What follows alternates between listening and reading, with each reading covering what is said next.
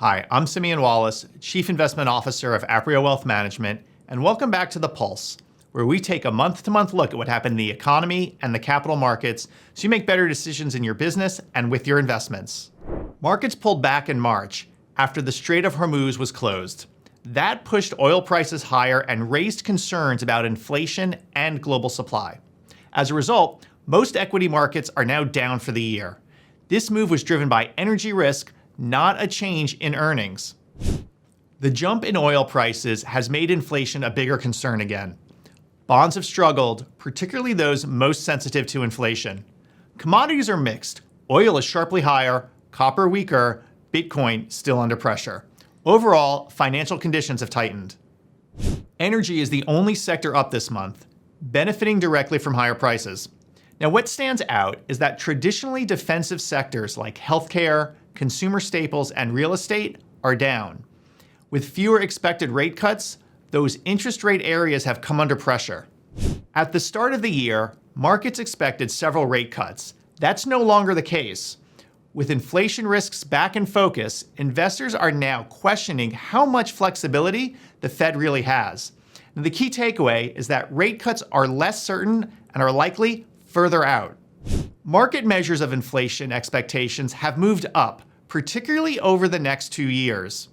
At the same time, real-time economic data shows growth not stopping. That mix, moderate growth with firmer inflation, explains why the Fed is staying cautious. Real-time inflation data shows a pickup in goods prices.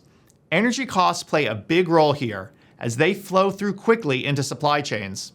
This is one reason that the Fed has been hesitant to signal cuts. Price pressures haven't eased as much as hoped. Credit markets are becoming more defensive. The cost to insure corporate debt has risen, suggesting investors are preparing for more economic uncertainty. Now, credit often reacts earlier than stocks, and right now, it's signaling increased caution. Despite market volatility, real-time economic data remains solid. Weekly indicators show the economy is continuing to grow. This suggests that while risks have increased, underlying activity has not materially weakened. Capital spending continues to trend higher. Companies are still investing in equipment and productivity.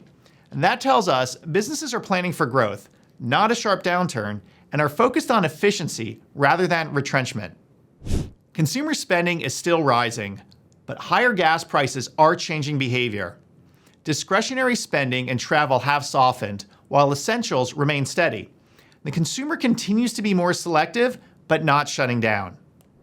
To sum up everything from today, here are the key takeaways.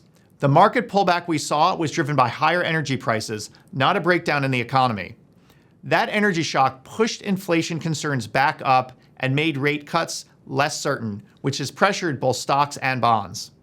Credit markets are signaling more caution, but not stress. And importantly, the real economy is growing.